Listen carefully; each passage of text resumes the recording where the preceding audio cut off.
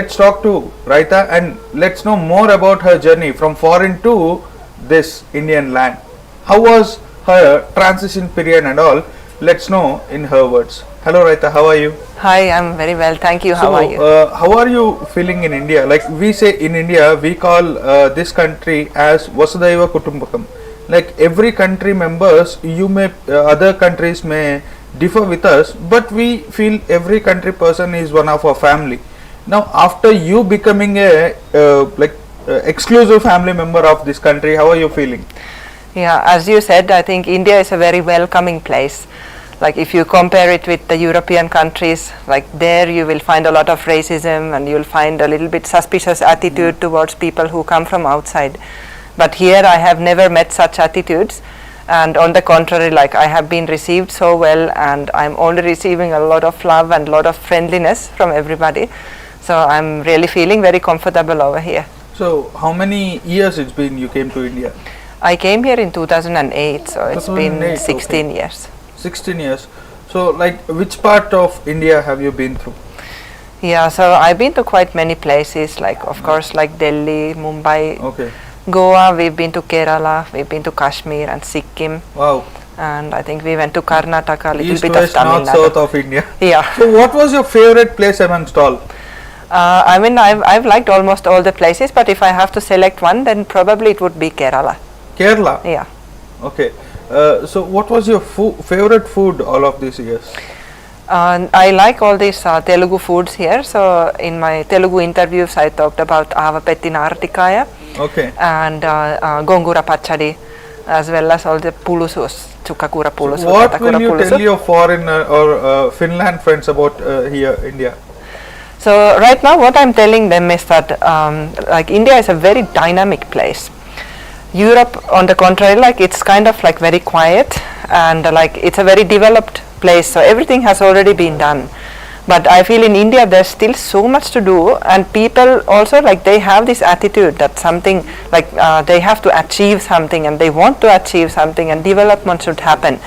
So what I'm trying to do in Finland when I go there and talk about India is to kind of like make them realize that India is so much more than what they are seeing in the news. True. Because mostly they just see that okay, there was some train accident in India, or there was like this much pollution in Ganga, or some poverty, or some slum in Mumbai, or all of that is what they see most of the time. They show only that, they hide many things. Yes, yeah, so they don't really realize. And even actually my daughter just went last year to Finland, and she was talking with somebody, and they had an impression that India is like very undeveloped and people live in some sort of huts and all.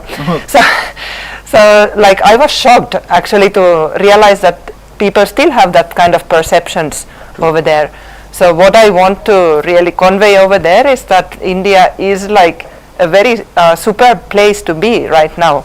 And like the mindset, the development mindset is something totally different. And like if you look at the economic growth and all, like it just surpasses all of the European countries. Nation. Yes, yeah. So like, can you cook these Telugu foods? Yes, I can cook Telugu foods. I make kura, sambar, pappu, pachadi. So when you visit Finland, did you make these curries and have you tasted them? Yes, when I go to Finland, I make Indian food there. Of course, I make Finnish food as well. But Indian food is pretty practical and nutritious, so I keep making that as well.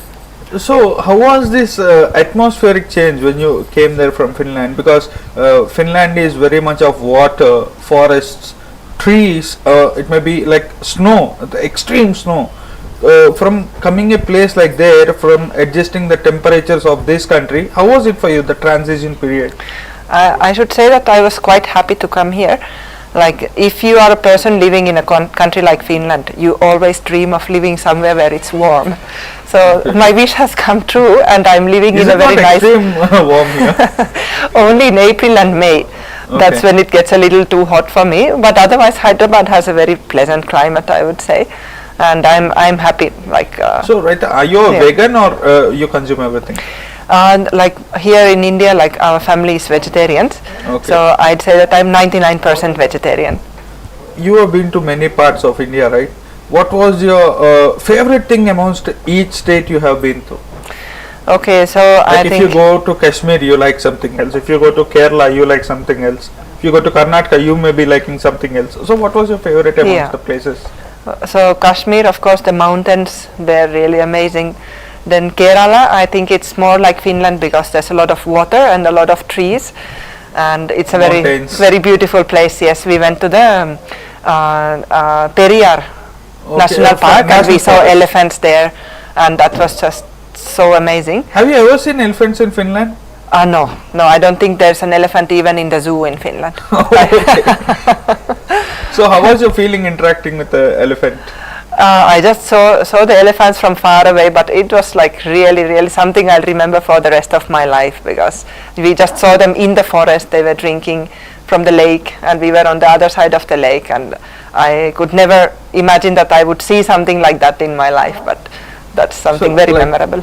What is your education qualification? What kind of job you were doing in Finland? And after coming India, what's your profession? So I studied business management, and I also did an MA in South Asian Studies. Okay. So that's how I managed to learn Telugu and Hindi at an official level. And like after my degrees were completed, we had children, so I just worked a little bit like as a translator, and I used to do some language training as well. Okay. For like corporates like Accenture and some Finnish companies. But now since 2018, I have also come into business. Okay. My husband's family, basically they have a business background. What kind And of business? well, they have different businesses, but now whatever my husband and I are doing together is sewage treatment. Okay. Like that's something I could never imagine when I was growing up in Finland, that one day it's I'll be like- in India and I'll be doing sewage treatment.